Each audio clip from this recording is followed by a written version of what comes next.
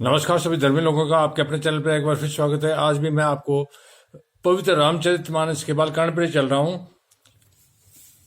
सुनी शिव के भरम भजन बचना, मिटी गे सब कुतरक के रचना।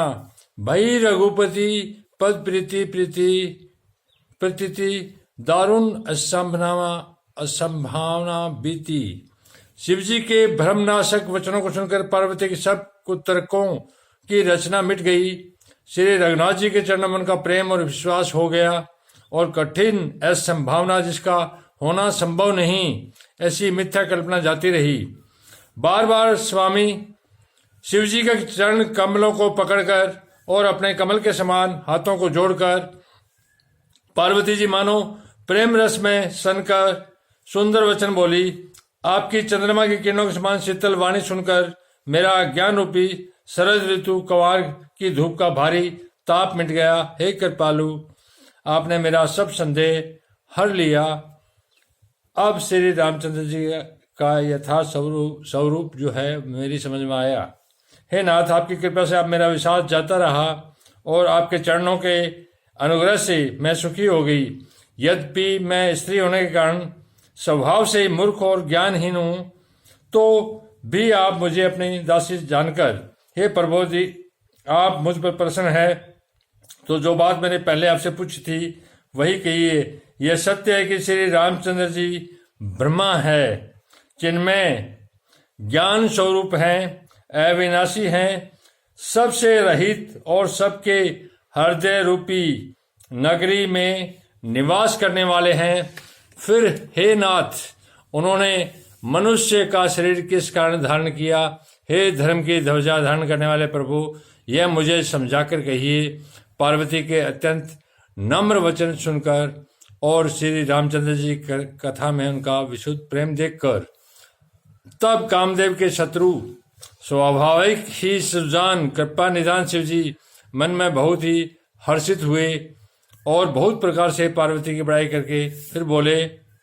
हे पार्वती, निर्मल रामचरितमानस की वह मंगलमयी कथा सुनो जिसे काक भूषुंड ने विस्तार से कहा और पक्षियों के राजा गरुड़ जी ने सुना था।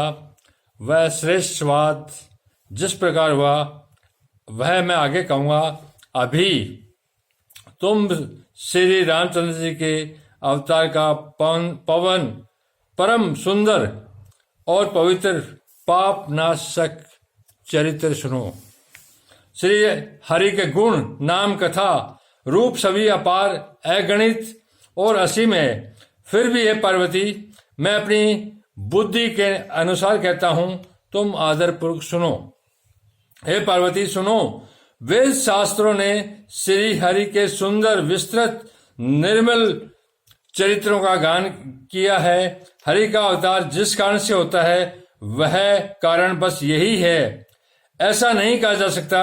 अनेकों कारण हो सकते हैं और ऐसे भी हो सकते हैं जिन्हें कोई जान भी नहीं सकता।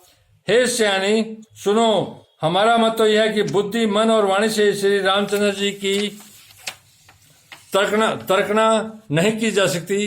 तथापि संत मुनि वेद और प्राण अपने अपनी बुद्धि के अनुसार जैसा कुछ कहते हैं और जैसा कुछ मेरी समझ में आता है। हे सुमुखी, वही कारण मैं तुमको सुनाता हूं।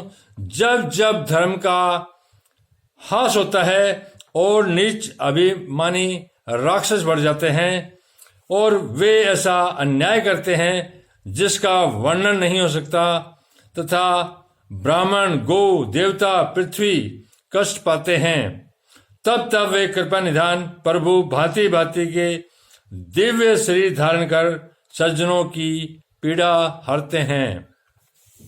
वे असुरों को मारकर देवताओं की स्थापित करते हैं, अपने श्वास रूप वेदों की मर्यादा की रक्षा करते हैं और जगत में अपना निर्मल यश फैलाते हैं।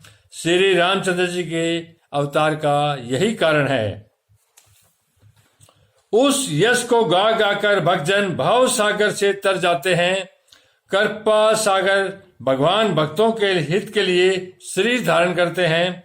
श्री रामचंद्र जी के जन्म लेने के अनेक कारण हैं। जो एक से बढ़कर एक विचित्र हैं।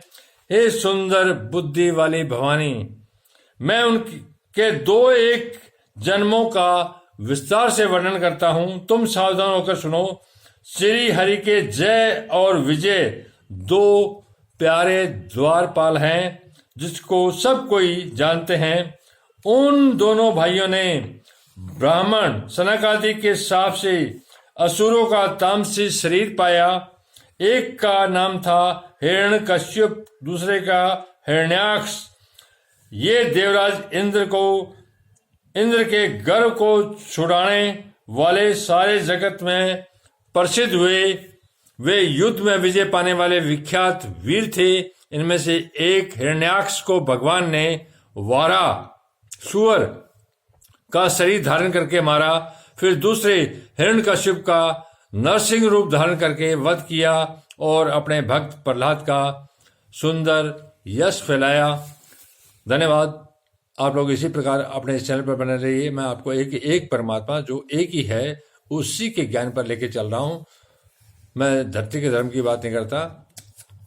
आप परमात्मा के मार्ग पर परमात्मा के ज्ञान से चल सकते हैं।